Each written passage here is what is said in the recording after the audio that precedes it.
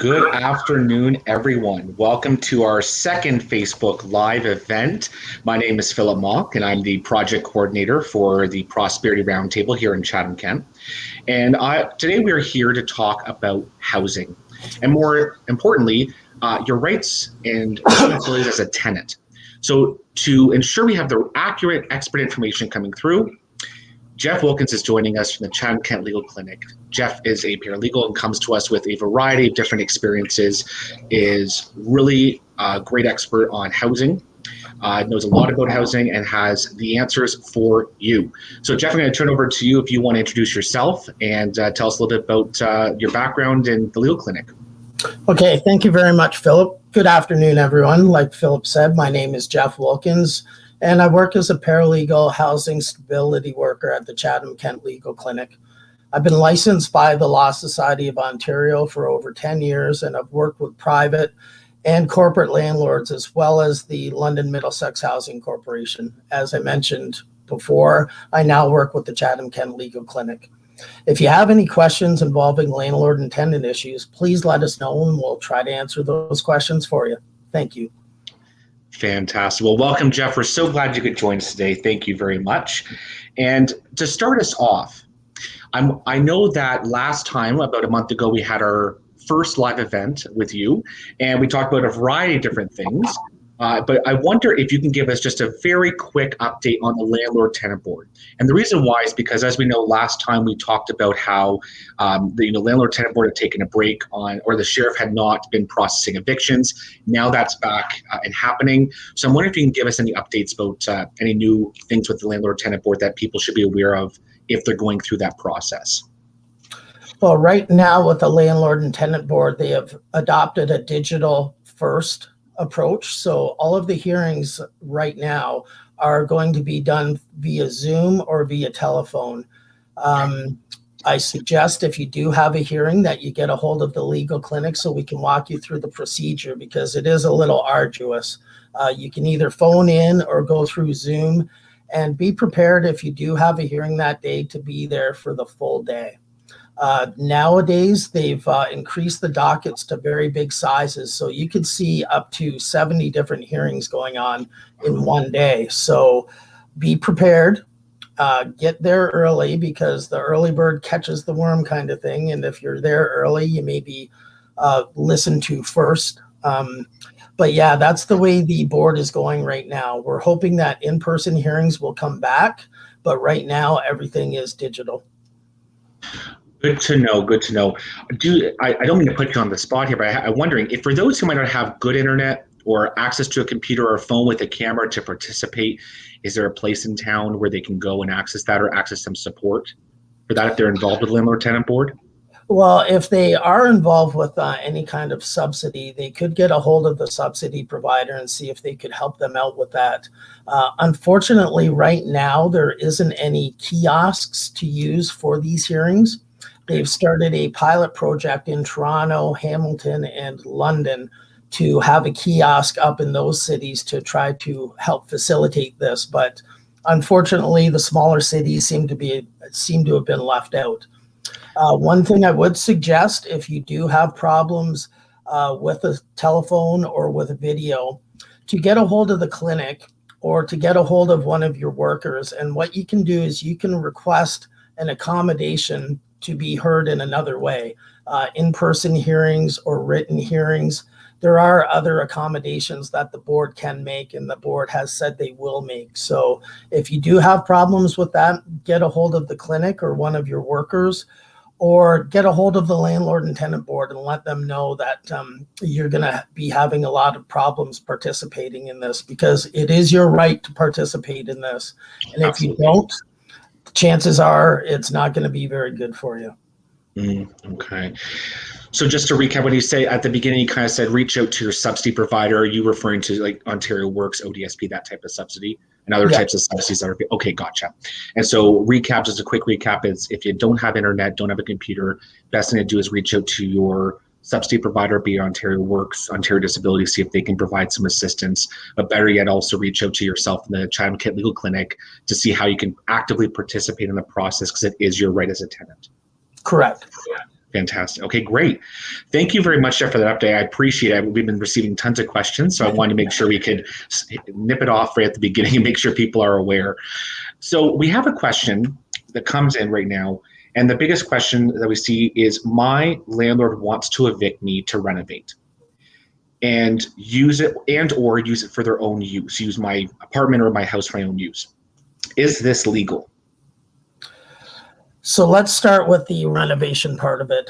Yes, this is legal, but the landlord will have to serve you with the proper notices.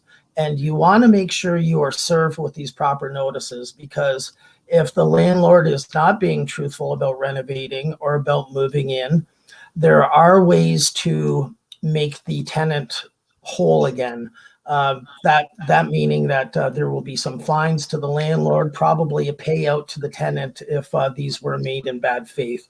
So if a landlord does want to move into a place, they must serve you with an N12.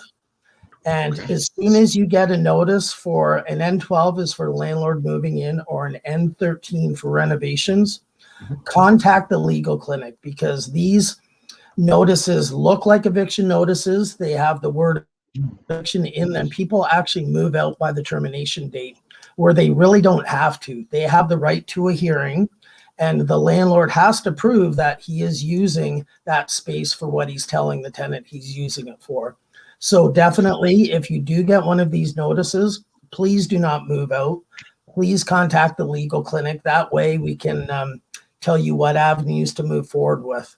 One thing I have been seeing with the landlord's own use is that there's a lot of them that are just given out so that the tenant will move out, because the tenants see this notice and it looks scary. It says eviction and termination date, and I've had a lot of people move out on that. Please do not move out. You do not have to leave by that date. The only way you can be evicted is if there is a court order from the landlord and tenant board evicting you. And the only way that order is going to happen is if there is a hearing, which you're invited to go to. During these hearings, Chatham-Kent Legal Clinic also supplies tenant duty counsel. And during the hearings, if you do need help with anything, or you want to talk to somebody about these notices, let's say you weren't able to get a hold of the clinic beforehand, please use the tenant duty counsel services, because a lot of times we can come out with a solution that is beneficial to both parties. Okay, fantastic information. And just kind of growing from there, I think a logical next step would be to maybe have a little bit of a conversation about the types of forms people might receive, because it sounds like there's a lot of confusion around, is it an N12 and N4, these types of forms, first of all, and second of all, what do they mean? Can you kind of speak to sort of what are the forms you might receive from a landlord and what do they really mean? Sure. Every time you get a form from a landlord, it's a notice that they're giving you, either an N4 for a notice of rent not being paid, or behavioral notices like an N5 or an N7, or like the notices we were talking about with the N12 and N13s. These notices are just that. They're just notices that you can print off of the internet, sign, and give to the tenant. But like I said before, these notices here, each It seems that Jeff has some internet issues. I'm going to call on our backup Rasheen to jump in by any chance if you can, to carry on the conversation. And so just for those who, before Rasheen jumps in, just a reminder what we're talking about.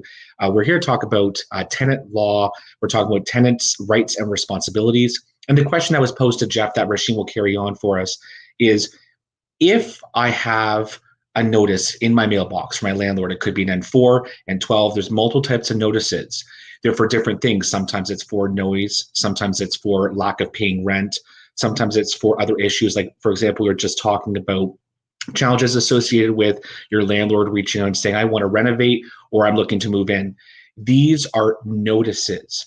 And as Rasheen comes in, she'll kind of carry on that conversation, telling us, what does that notice mean? And what does that mean for you as the tenant to be coming in? Rasheen, join us and jump on in.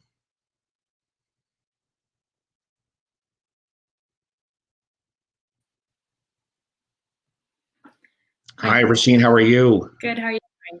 Good, good. I think it's Jeff's internet. We better upgrade his internet package. I'm so glad you could join us, and so I'll let you carry on. All right. So with these notices, like Jeff mentioned, they look very formal and they look very scary. Let's just put it out there and acknowledge that. And I can only imagine as a tenant, when you get that, those are exactly the feelings that you will have. But my best piece of advice to you is just take a moment and look for legal advice. So contact our office, let us know what's going on. Because when that notice is given, it's just the landlord starting the process, and the ball is in their court to carry the process forward, but it doesn't mean that you have to move out, even though on the notice it says that there's a termination date. Even if your landlord says you will have to move out, if you don't move out, I will press charges against you, I will change the locks on you, despite any threats that you might get from the landlord, please just contact our office and we will walk you through it. The purpose of the form is just to get the process started, and it looks official because the Landlord Tenant Board and the law has very, very specific requirements for what information a landlord must give to the tenant before they carry forward with the eviction process. So that's why it looks formal and it looks intimidating and scary, because the landlord has the obligation to provide that information. And that's part of the reason that you should contact us, because just because they've given you the form doesn't mean that it's legitimate, doesn't mean that it meets the requirements that is required of them by law, and it does not mean that you necessarily have to move out. So contact us. Great point, Rasheen, because I think it's one of those things where people get those notices and it's like, oh my gosh, I got to start looking for apartments tomorrow. It says I have to, I have 2 weeks left. It's a termination letter. It's not necessarily the case. So make sure you're reaching out to your offices, the Chatham-Kent Legal Clinic. Is that what I'm hearing? Okay. Exactly.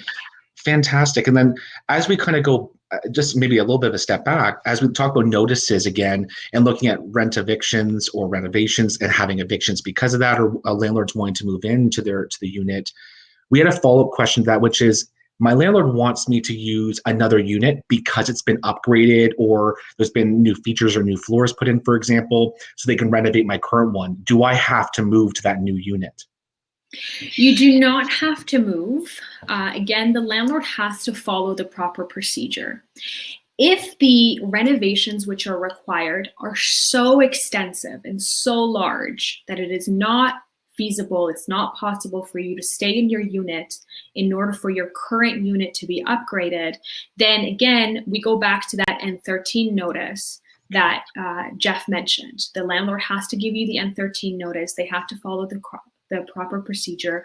It has to go to a hearing if you disagree with it. And the reason that you want the correct forms is because a lot of times with an N13 notice, you're entitled to certain things. So it's not just a matter of moving and moving on, and that's the end of it. But you could be entitled to some compensation for your troubles from moving. You could be entitled to move back into your old unit, but it all has to be done properly and it has to be done correctly. And if you do move out, it does make those things more complicated. So the first thing and the best thing that you can do is to contact us. But to answer the question very simply is that no, you do not have to move. Again, it has to go through the same process. It has to be vetted by the Landlord Tenant Board, and it's the Landlord Tenant Board that makes that decision and would give that order if they agree that it is legal for the landlord to do it the way they are. Okay, good to know. That's good to know, because I think sometimes people, and it's sometimes, tenants are really generous. They might want to move and say, yeah, my landlord's great, I'm going to move to help them out.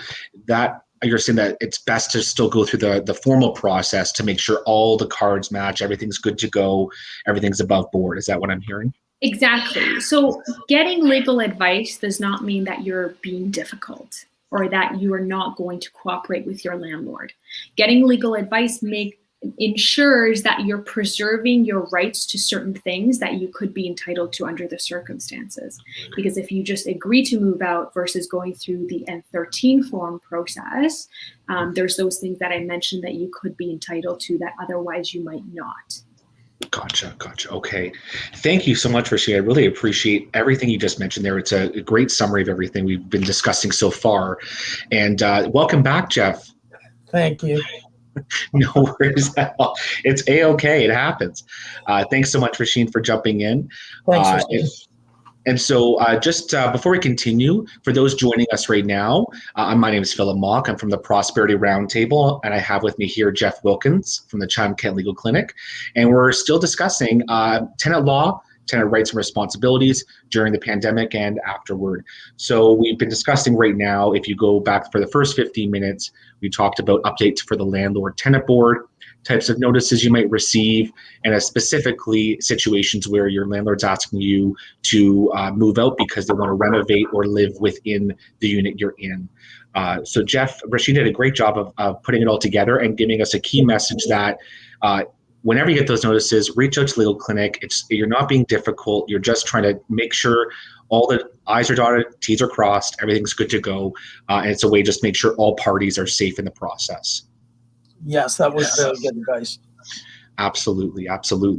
And so carrying kind of on that same tone of renovations to your apartment, a third question is, I need a renovation done to my unit, but my landlord keeps ignoring my requests. So they're just not following up or not doing the renovations. What can I do?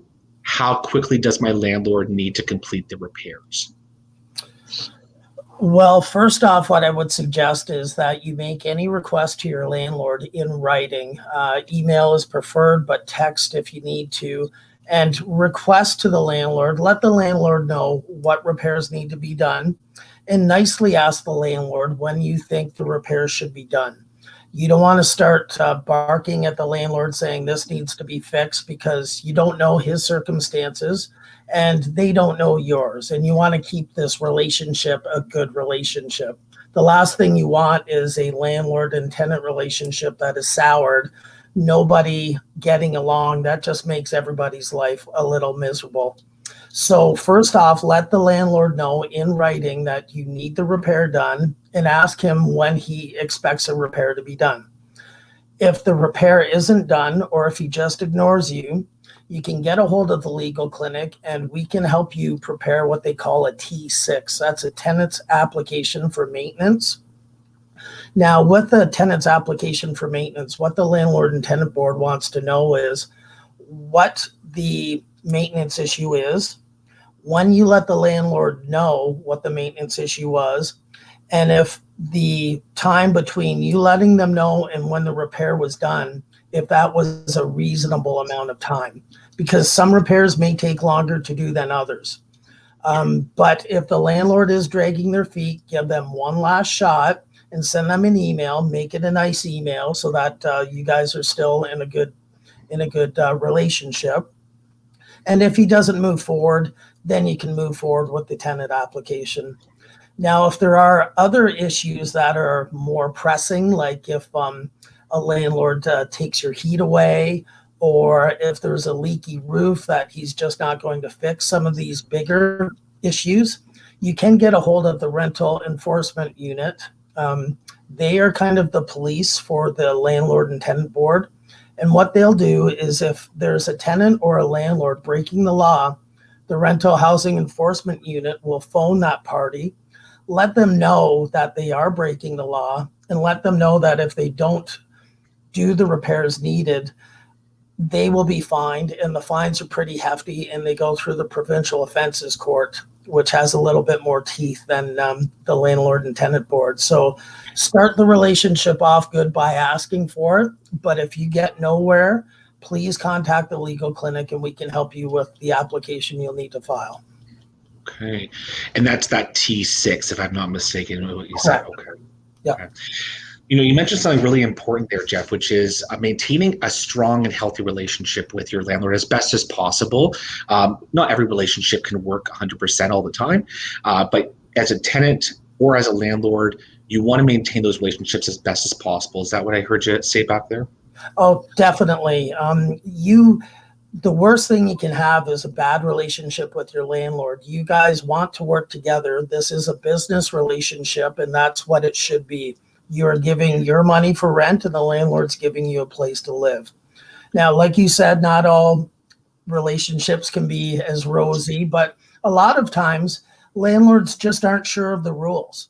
And if you do get advice and you do say to the landlord, well, I was talking to the legal clinic and this is what they said, some landlords are very appreciative of that because they don't want to end up going to court. They don't want to be called out on Facebook. They want to make sure that this relationship is working because you're giving them money for this place. So most landlords want to work with you. Now, there's bad landlords out there, like there is bad tenants, but the majority of landlords I deal with, once they know what the problem is, they want to fix it. Mm-hmm.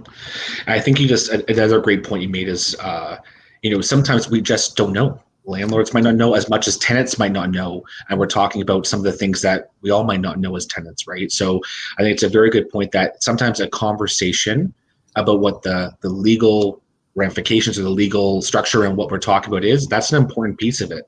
And doing it in a good way so the relationship is still there.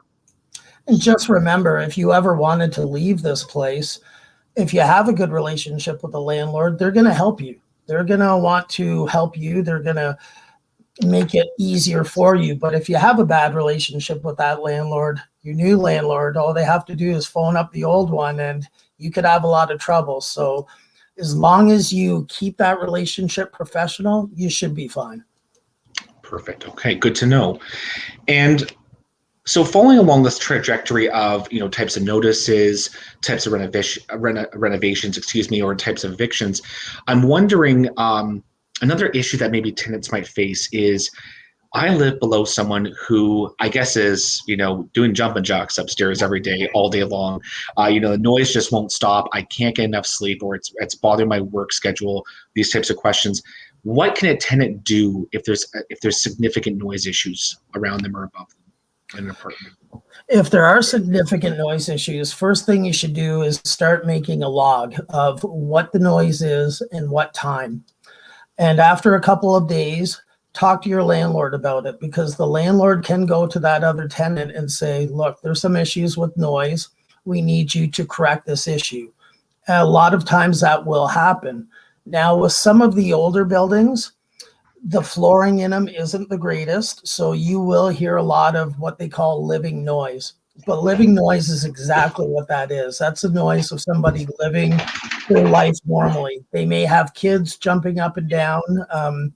So that's one of the pitfalls of living in an apartment. But if you do have a neighbor that's being noisy like that, document it and let the landlord know.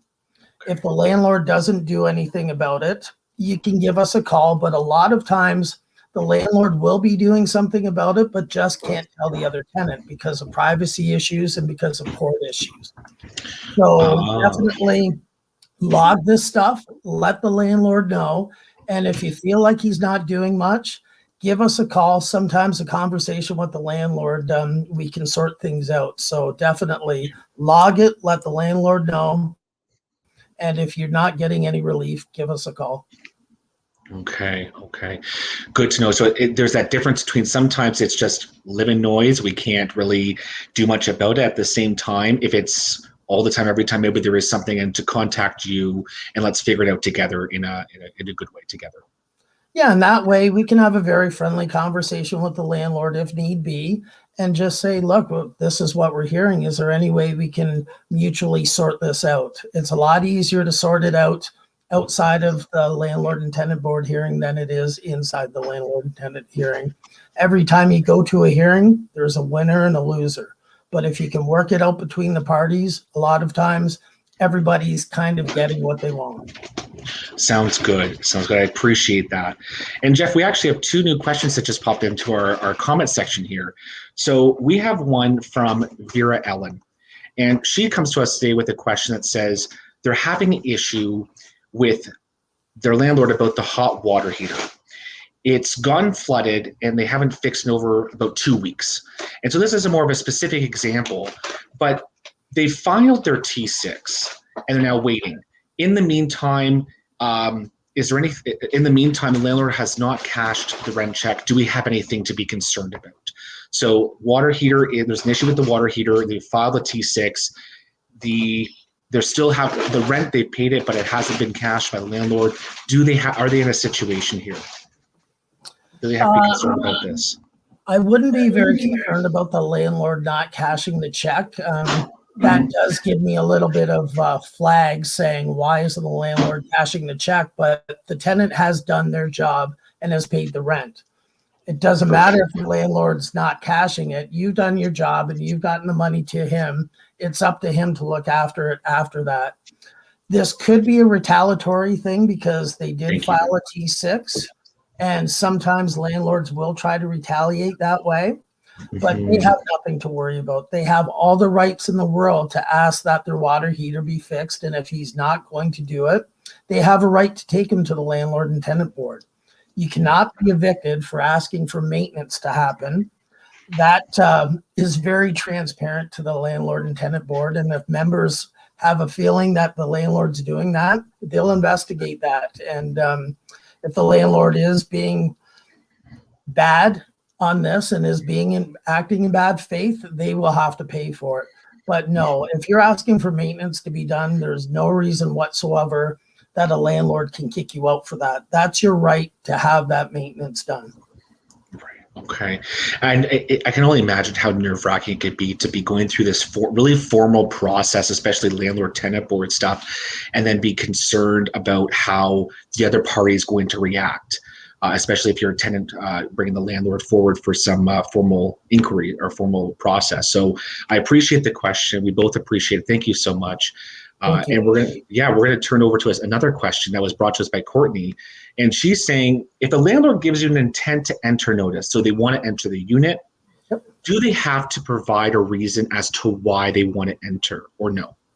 Yes, they do. First off, when a landlord gives you a notice, it has to be a 24-hour notice. A lot of landlords seem to think that can mean from 8 o'clock in the morning till 8 o'clock at night. There's case law that's changed that, and it has to be a 4-hour window now so that the tenant's not waiting there all day.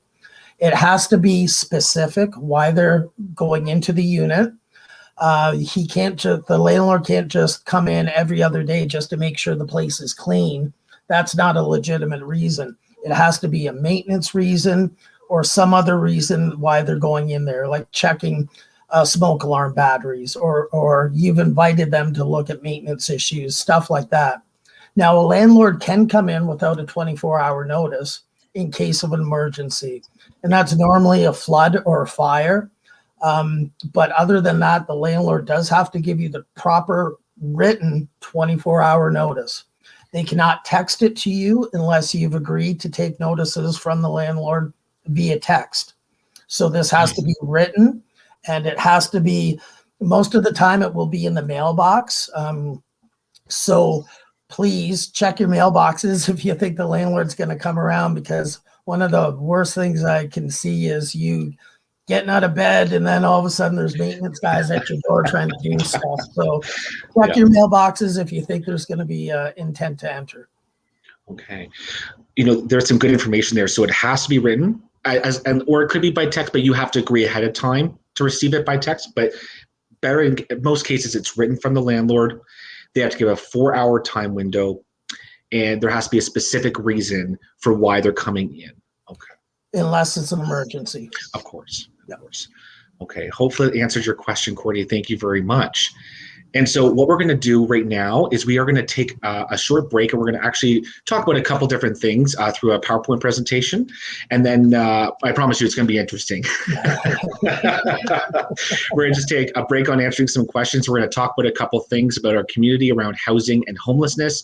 It'll only be a couple minutes, and we'll be right back in to answer your questions.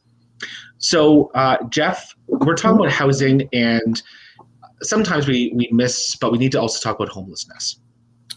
So in our communities, we have what's called the housing continuum in any community, right? And the housing continuum is anywhere from homelessness all the way up to market price home ownership. Right. In between that, you're looking at emergency shelters, transitional types of housing for people who might be experiencing severe addictions or mental health or other types of transitions they're going through. Social housing, affordable home ownership, market rental, and then market home ownership. So a lot of different types of housing exists in our communities, it sounds like. Go ahead, Jeff. A lot of different types of housing exist, except for that middle part you were talking about. Unfortunately, there's not a lot of transitional housing out there. And right now, because of the pandemic and because of the market for housing, a lot of people are finding themselves homeless or soon to be homeless. Landlords selling the place out from under them. They're going to move in. There's so many different scenarios here, but the part we're really lacking in is the middle part of that. And the scary part about the continuum is I see the end of it, the affordable, somebody buying a house that's affordable. I see that going away too. So I get a little nervous when I see this continuum because I see a lot of parts starting to fall off out of there, which makes it even more important to try to hold on to that housing if you do have it already. Mm-hmm. You make a really good point. So while the hope is that we have a healthy supply or a number of units available for all types of housing in our community, some types might not even exist in some communities. Others are actually kind of dying off in a sense, as we're seeing less and less of them being built up as communities actually grow, just like Chatham-Kent is growing. And so kind of a point that I really want to stick on is a transitional housing. For those who might be listening in, transitional housing is that type of housing that is temporary to help someone until a long-term housing situation is affordable. So an example of this is the Homes for Youth Bridge Housing Program. So typically with transitional housing, you're not staying longer than 2 years. The idea is that you're coming in, you're operating in transitional, you get to rent and stay in an apartment for up to 2 years. And during that time, you're looking for more sustainable or stable housing.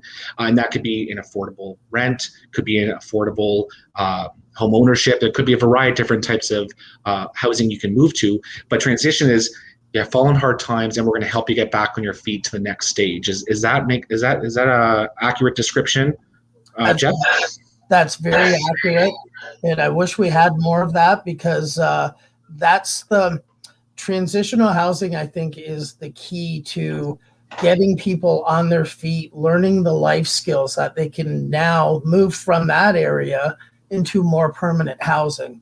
I wish we did have more, but Chatham-Kent's not the only one that has a real problem with transitional housing. It's all throughout Ontario, if not all throughout Canada. It's a very good point. And as I kind of mentioned, that Homes for Youth program, for those who don't know about Homes for Youth, it is a program that runs through our municipality, through Employment and Social Services. And the Employment and Social Services operates a transitional housing program for homeless youth that has 5 spaces.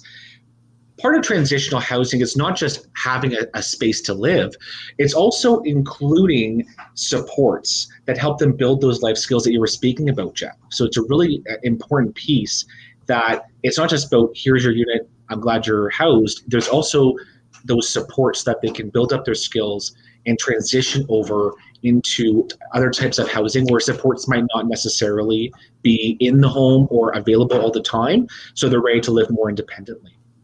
I'm glad you brought up supportive housing because a lot of people are under the assumption that if somebody's living in RGI housing or some kind of supplemented housing, that there are the mental health supports there at the hand.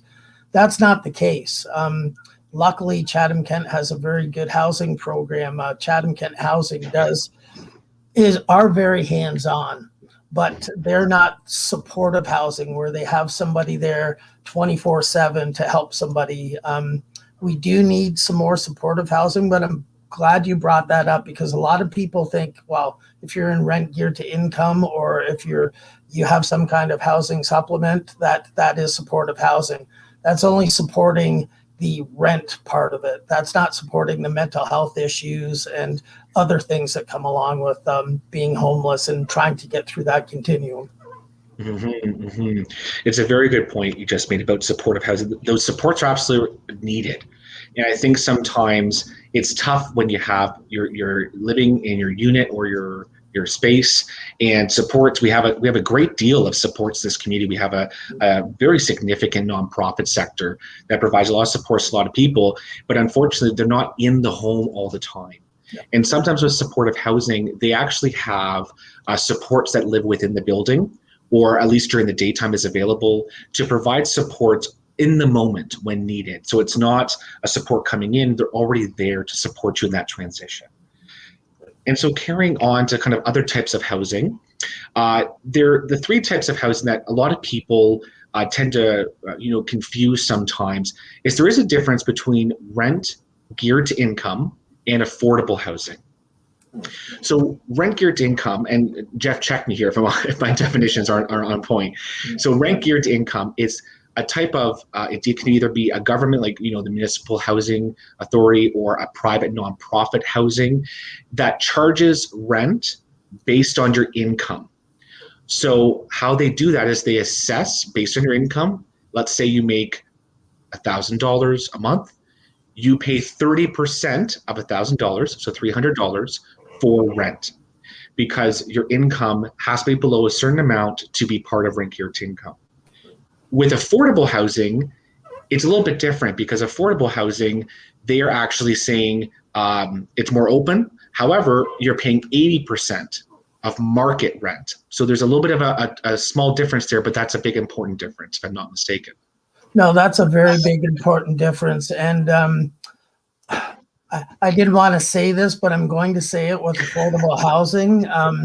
It was a good theory about 5 years ago, 80% of the market rent you'd be paying. Over the last 3 years, rents have increased by at least 40 to 50%. So if anybody from the government's listening, I think they need to take another look at that affordable housing part of it to make it a little bit more affordable.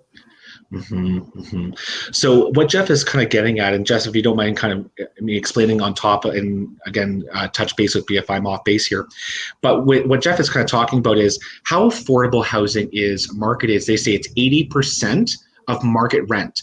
It doesn't matter what your income is, it's 80% of market rent. So if market rent keeps going up to $1,300, $1,500 for these 1 to 2 bedrooms, you're paying 80% of that.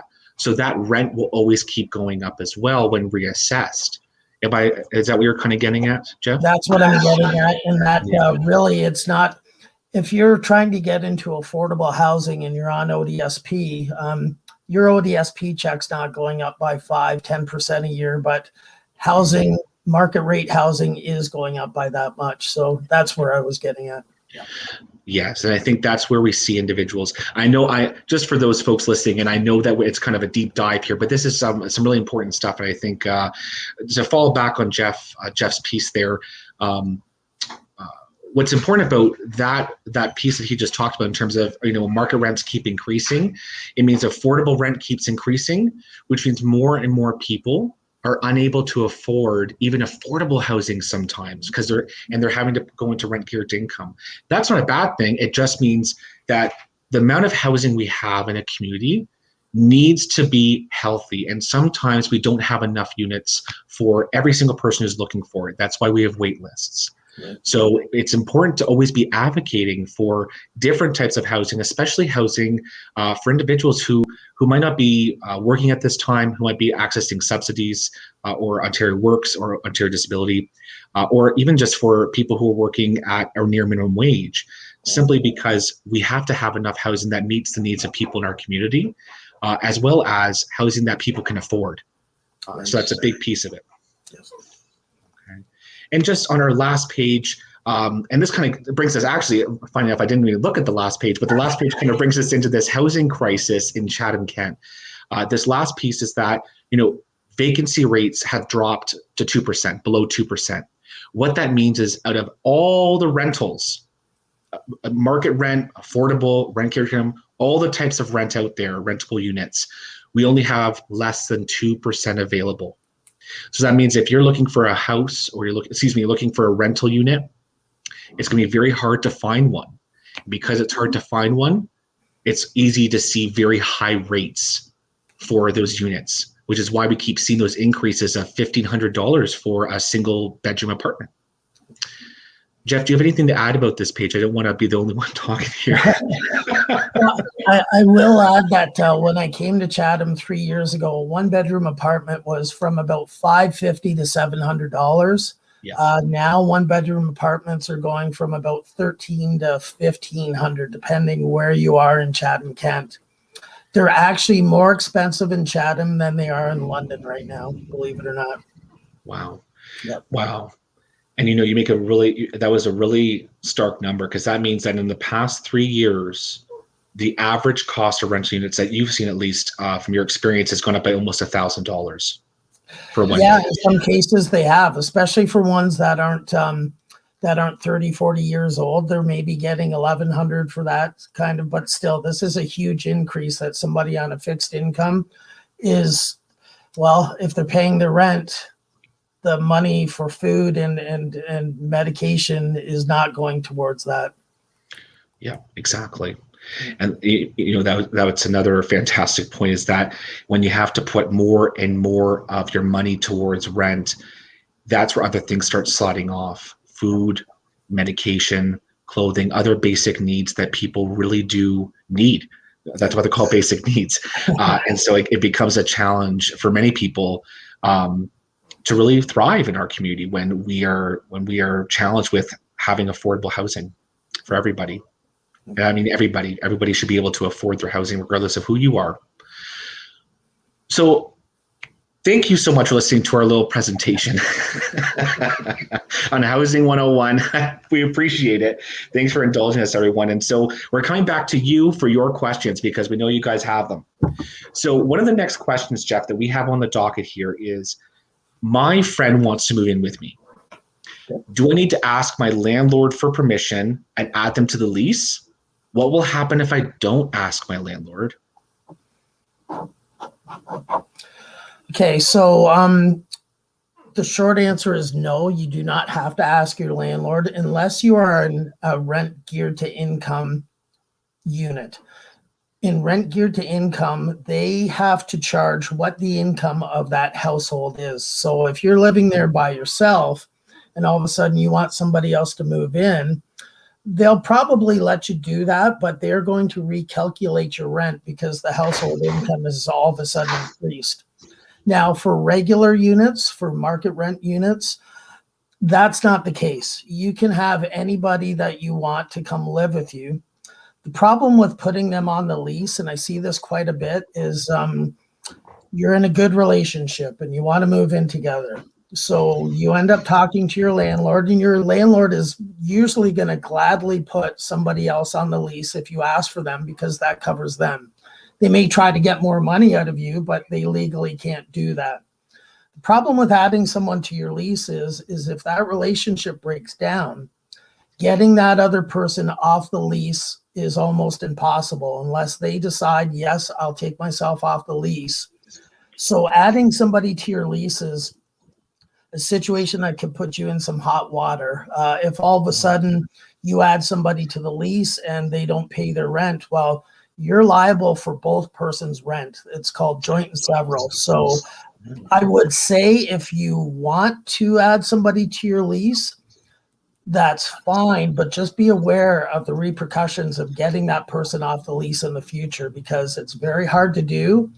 And I've seen some relationships that have gone so badly that the person that was on the lease and has moved out has just decided, no, I'm not taking my name off the lease, just to make it difficult. And then you're kind of stuck. There's not much you can do at all. Wow. Okay. So what I'm hearing is that if someone else is on your lease in this situation, then the challenge is you could potentially owe their rent as well as yours if they move out and don't take their name off that lease. Yep. Now, and so, sorry, Jeff, go ahead. I understand there may be some safety things like, yes, I want my name on the lease because this is where I say I'm living, you can still become a tenant without getting your name put on the lease. Like if you were to pay rent directly to the landlord, after a few months, that becomes an implied lease. And through the law, they will look at you as a tenant. But I would be very careful about adding people to my lease, especially nowadays where trying to get a new place is so horribly problematic because there's nothing out there. So I'd be very leery before doing that. Okay. And then building off that, I guess this kind of leads into a logical question is, say I invite my friend to come live with me. And maybe we can kind of do a two-part question here, but say they come and live with me, what if I want them to leave? If they're not on the lease and they're just your guest, you just say, nicely say it, please make sure all your stuff is backed up. I'll give you a week, but I need you out of here. If their name's not on the lease and they haven't paid directly to the landlord, they're just paying you, they have no legal rights really, because they're not a leaseholder and they don't have an implied lease. I still would not boot somebody out that night saying, pack your stuff up and get out of here. You have to be a little more kind than that. But really, if they're not on the lease and they haven't been paying rent directly, they don't have a lot of rights. Yeah. Okay. And let's say they are on the lease and now you've added them to the lease, they're your best friend, but then relationship doesn't go, sours and you're asking them to leave. Do you have any legal standing to ask them to leave if they're on the lease? No, that's as much their place as it is yours. So usually in those situations, what'll happen is after things have settled down a bit and they realize, both tenants realize they're in a situation where neither of them are in a very good situation, one of the parties or the parties will agree, you know what, let's cut our ties. We'll talk to the landlord, see if he'll take me off the lease. And normally a landlord will do that. Sometimes a landlord will want you to sign another lease for another unit. But if something like that were to pop up, get a hold of the legal clinic, because depending on how they do it, it may or not be legal to do that. Okay, good to know. So reaching out to you, and frankly, I think that's the name of the game here. Sort of the biggest lesson is, if you're unsure, if doubt is there, if you're confused, if you're even worried or concerned for what's going on, call the Chatham-Kent Legal Clinic. Our services are free for most people out there. So really, a 5-minute phone call to the clinic for some free legal advice. You don't get a lot of stuff free nowadays, and legal advice is one good thing to pick up if you can get it for free. And we have some great lawyers on staff that anybody there can help you. And we do quite a lot of other stuff other than housing law, ODSP, employment law, stuff like that I think we're going to talk at the end about what we do. But yeah. Okay. So we have 2 questions coming in from viewers. So what we're going to do is we're going to carry on just with this conversation a little bit more, and then we have another question coming in as well. So if the landlord is paying for utilities on the rental, does the tenant have to get permission if someone's moving in? Because you can imagine if someone else moves in, the utility costs might increase. So do you have to have that permission? Again, no, you don't. Okay.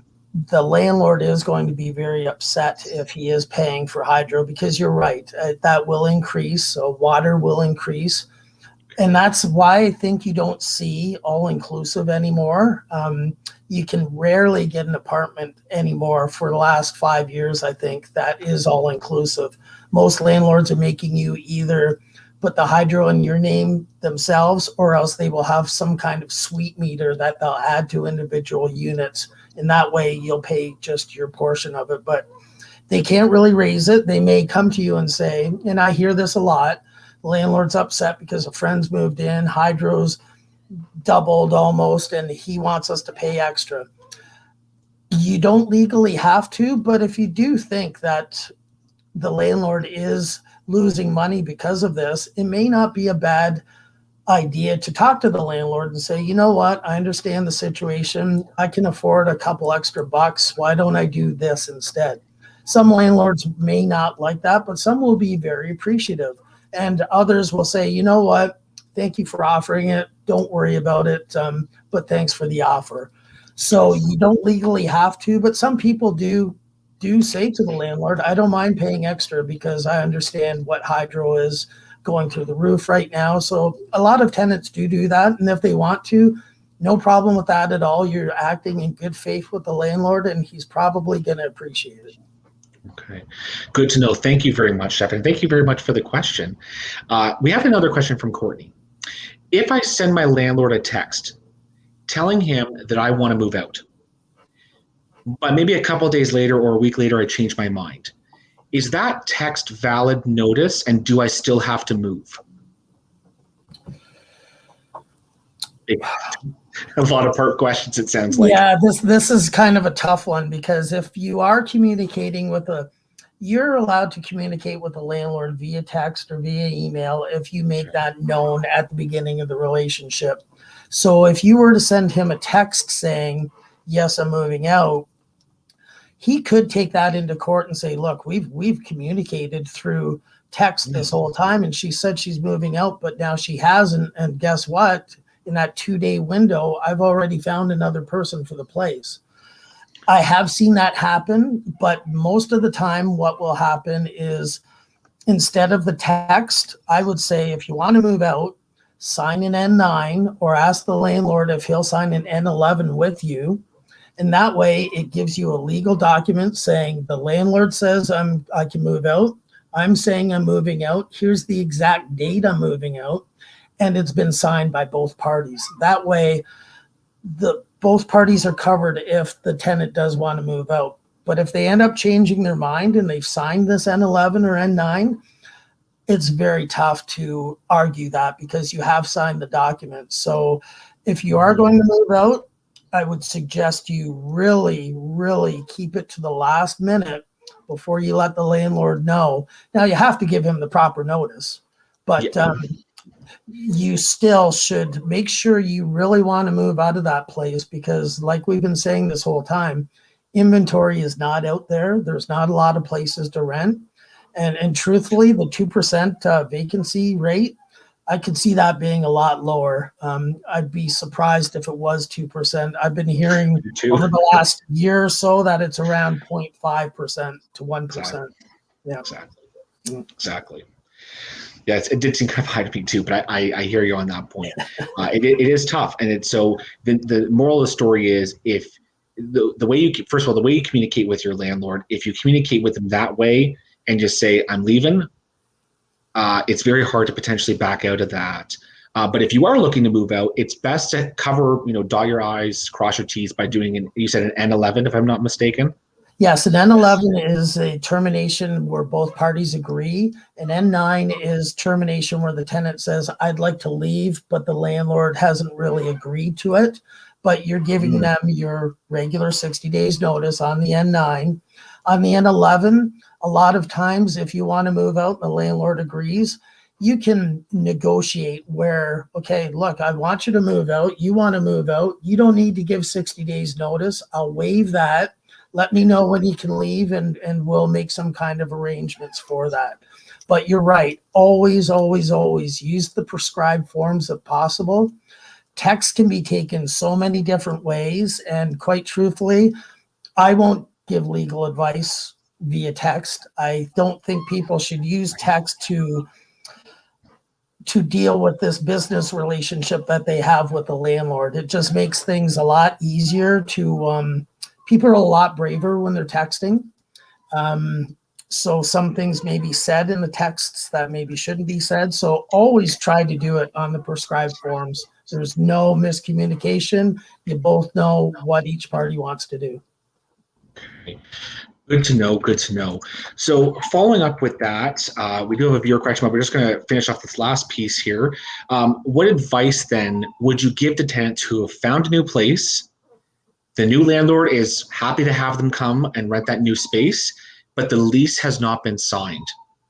Do you advise for them just to, and maybe they can only give less than 60 days. Let's kind of put it that way. How do they navigate that? What would be your advice in that situation? I would not move out of a place unless I had a signed lease for another place. A lot of times in the In this kind of situation, what you're pretty much saying is that they've written out the application. The application has been accepted, but they haven't gotten what they call vacant possession of the unit yet. They've just been accepted through the application process. You do not have any protection under the Residential Tenancies Act until you sign that lease.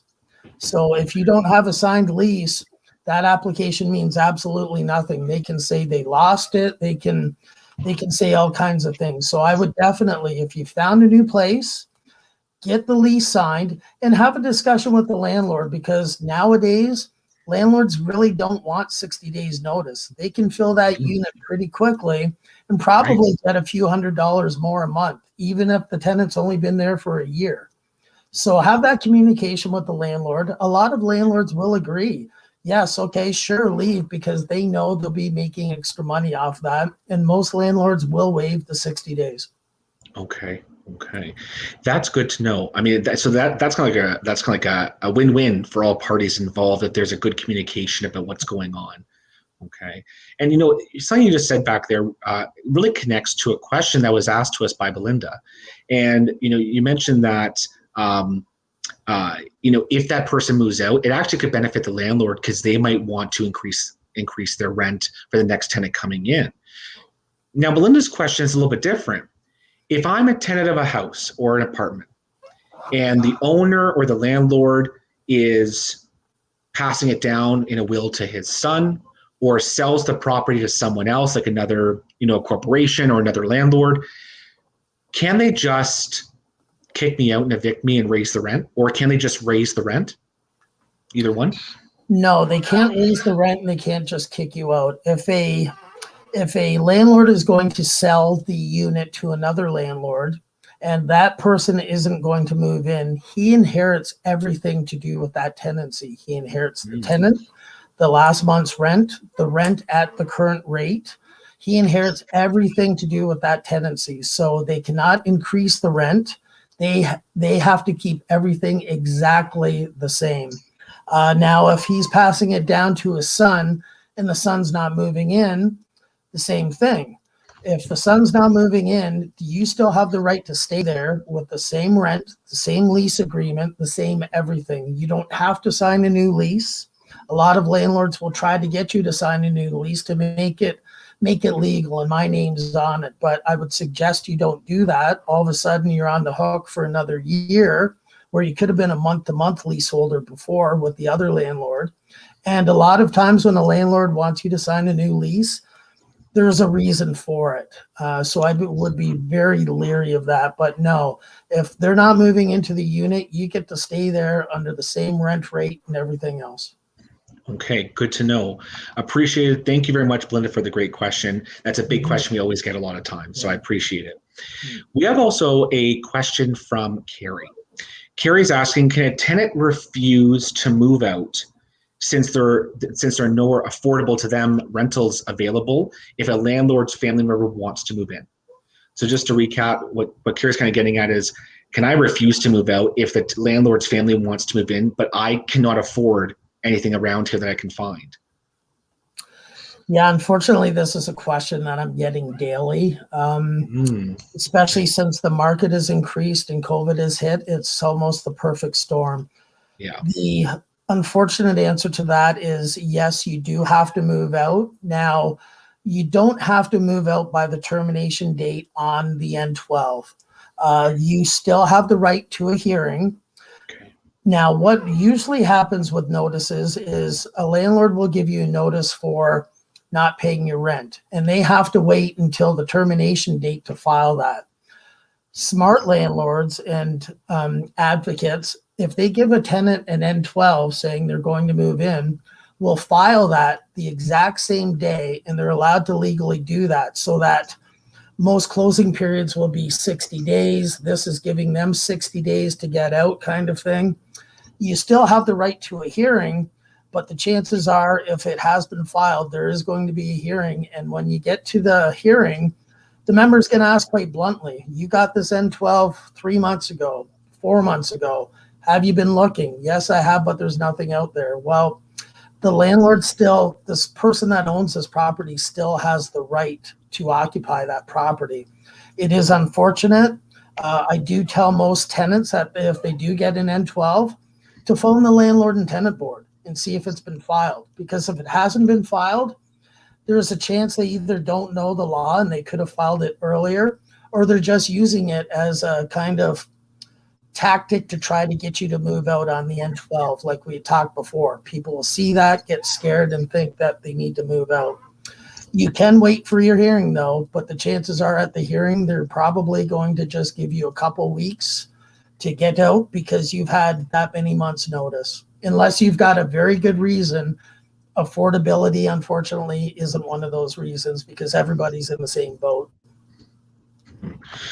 That's good to know. And I think another part of this is, just to what you said, we are at a very low housing stock right now. And I think you mentioned it, kind of we're in the perfect storm.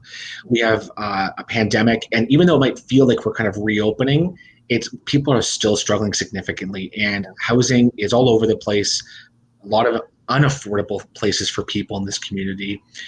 And so I just want to build off your answer that for those who, in general, not even just for this question, I appreciate, Carrie, your question was spot on. For those in this situation, or those just facing a situation where you're being evicted or you're going through the eviction process, and there's a likelihood that you might be evicted or at risk of even homelessness because you can't find that next affordable place, the place that you can afford to rent. A route you can take is you can call the municipality employment and social services.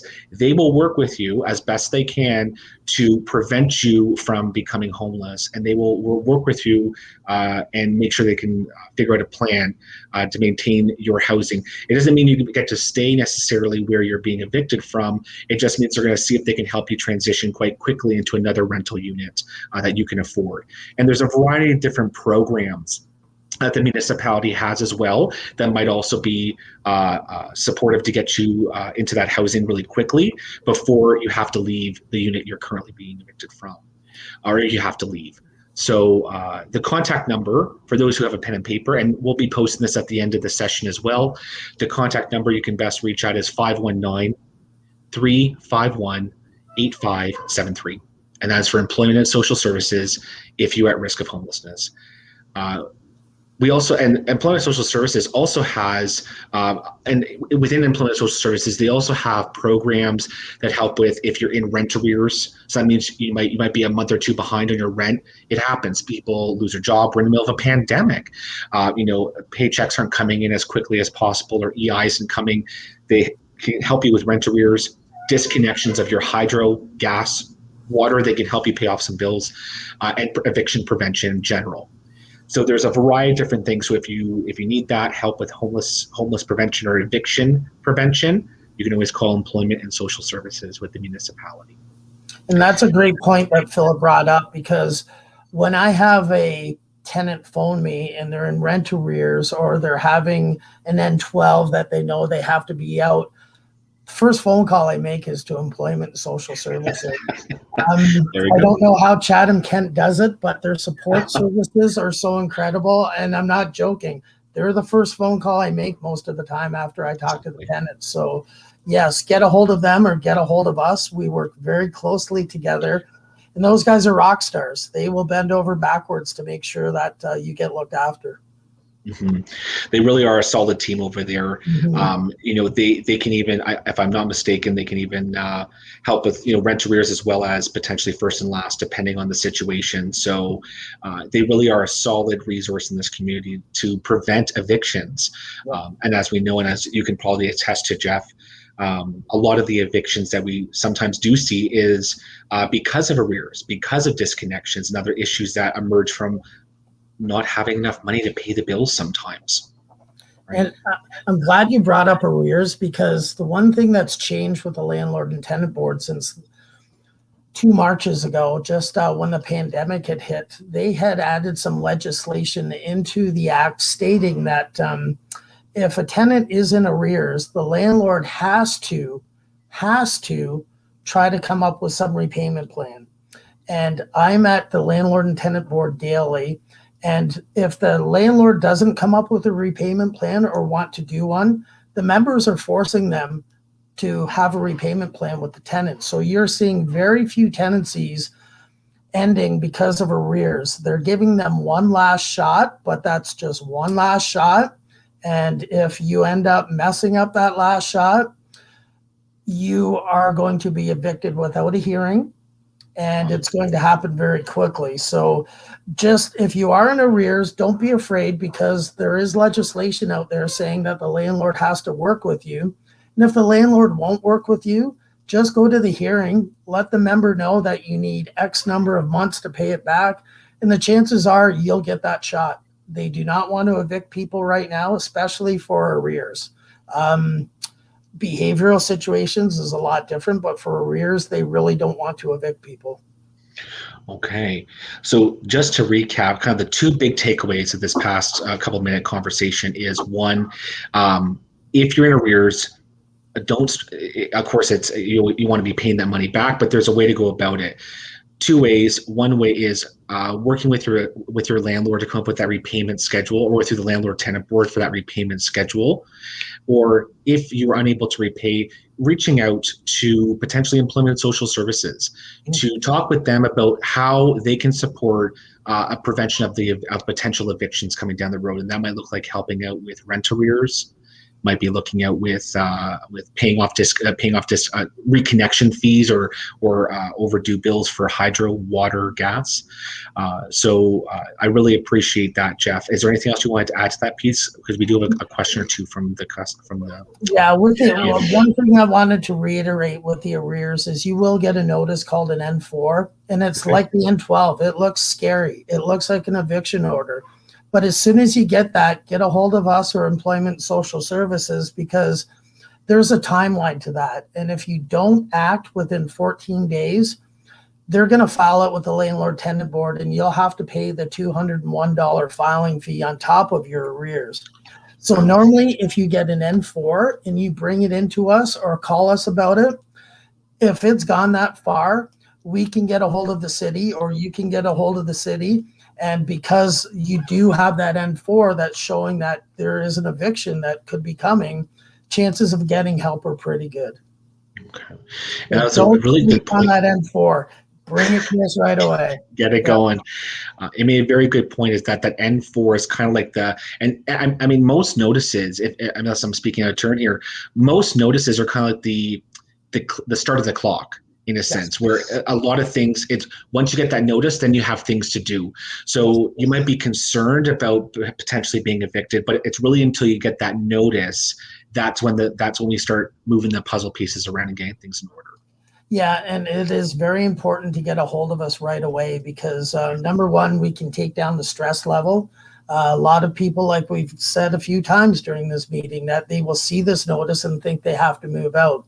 Just talking to somebody and getting the proper information will get rid of that stress. And we do this on a daily basis. There's nothing to be embarrassed about. We don't bite. We're pretty nice and easy people to get along with. So get a hold of us. We'll walk you through the process.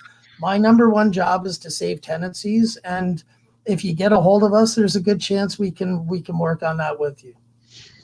Good to hear. Thank you very much, Jeff, for reiterating that really important point. I appreciate it. So we have a viewer comment coming in from, again, Vera Ellen. She's just following up. Just a reminder, she had talked about the water heater incident and the landlord kind of dragging his feet potentially. She had applied for a T6 and is now waiting, and the landlord hasn't cashed that check. So she's just following up to that question. So she says, me again, we were forced to put the water in our name and pay a deposit on that service. Is this a legal move on the part of the landlord? Many thanks, and has been very helpful.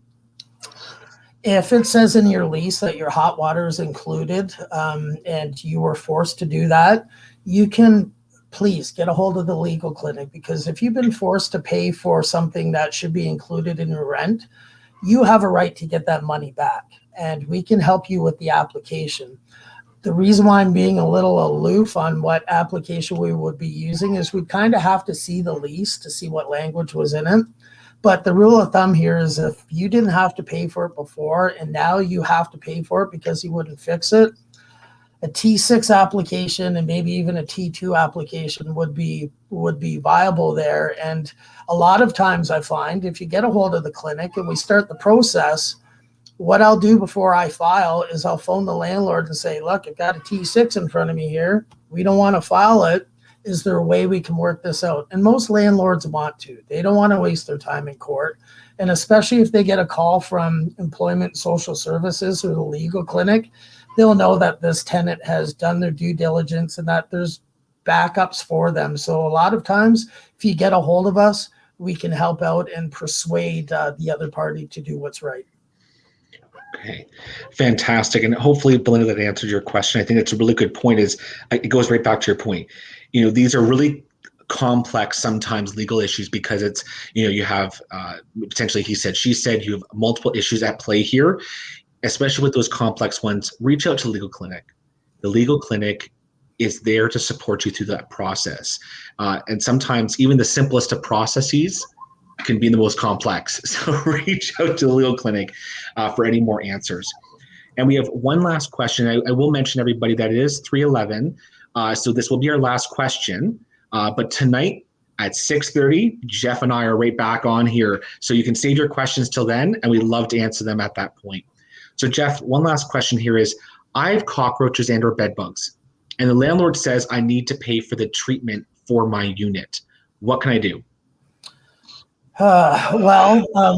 First thing I would do is I would give the legal clinic a call and talk to one of us about your situation. That way, you can phone your landlord and say, I was talking to the legal clinic, and unless you can prove that I brought these bed bugs and cockroaches in, it is the landlord's responsibility to look after pest control. I find this quite a bit where the landlord will say, no, that's your responsibility. A lot of times, all that takes is the tenant saying, well, I spoke to Jeff or Rasheen or Melinda at the legal clinic, and they said it's not. A lot of times the landlord will back off. I had one of those for the city a few months ago. Landlord said that the tenant had to pay for it. I phoned the landlord and left a message saying, I don't think you know the law properly here, so you might want to give me a call. We're not threatening anything. It's just this is your responsibility. Next morning at 9 o'clock, they phoned the tenant and said that they would get the pest control done. So sometimes it takes a little bit of convincing by the clinic, but get a hold of us. And then you can say to the landlord, I've been speaking to the legal clinic and this is what they say. And a lot of times they'll back down off of it. Okay. And I think, sometimes it just goes back to that point you made a little earlier in the meeting, which was sometimes landlords just aren't aware, and it happens. It's okay, but making sure we have the right legal information in our pockets to make sure we can provide it in a good way, in a faithful way to our landlords, and even for ourselves. Sometimes as tenants, it's important to know the legal issues and how we go about it legally. So I appreciate that response. And if you are going to use a legal clinic, just know that we're not an aggressive legal clinic that's going to have a very bad impact on your relationship with the landlord. Like I said, we don't bite. I'm very easy to get along with. And a lot of times having a very friendly and candid conversation with the landlord will fix that problem, plus other problems that you may not have known have occurred. This tenant's treating me more respectfully now, so I'm going to do the same. So feel free to call us. Don't worry. We won't destroy that relationship. We're there to try to fix the relationship if we can. Mm-hmm, mm-hmm. Yeah, I think sometimes we all watch those legal dramas. I'm not sure if we want to call Jeff on this one. No, but absolutely, Jeff. The legal clinic is a fantastic group of individuals, lawyers, paralegals. They are working day and night to keep this community afloat in so many more ways than we really do see on a regular basis. They're working in the courts. They're working in landlord tenant board. They are busy. They do an exceptional job in this community. So once again, please reach out to Jeff and the Chatham-Kent Legal Clinic for any and all of your housing questions. They really can provide a significant amount of support. And to Jeff's point, not just legal support, but also sometimes emotional. These times are tough for a lot of people. In our community, it's very hard to find affordable housing nowadays, to find even some housing that you can afford, regardless if you're working or accessing subsidies. It is tough out there. Jeff and the Legal Clinic are there to support. And with that, I'm going to have to say, Jeff, thank you so very, very much. Oh, please, jump in. Sorry, I'm sitting here closing out. Go ahead, Jeff. So I just should probably let everybody know what our phone number is so they can contact us. A lot of people confuse us with legal aid. We're not legal aid. We are the Legal Clinic. And our number is 519-351-6771. Just leave a message there. You'll probably get a phone call, if not that day, the day after. But we're still virtually open. So give us a call and you will be getting a call back. Thank you so much, Jeff. And for those who are looking for that phone number again, if you scroll back right to the beginning of the video, we had a couple slides playing before we jumped on. That has all the information about the Legal Clinic, how to get in contact, and other services the Chatham-Kent Legal Clinic does provide. So once again, Jeff, anything else you'd like to add? Thanks, Rasheen, for having my back again. Thanks so much, Rasheen. So to Jeff, Rasheen, and the Chatham-Kent Legal Clinic, thank you very, very much for joining us here again on Ask the Expert, Tenant Law in a Pandemic. For those who are listening in, bring your questions because Jeff and I are coming back at 6:30 right here today. So we'll see you then. Thanks so much, everybody. Okay, thank you. Have a good day, everybody. Have a good day, everyone.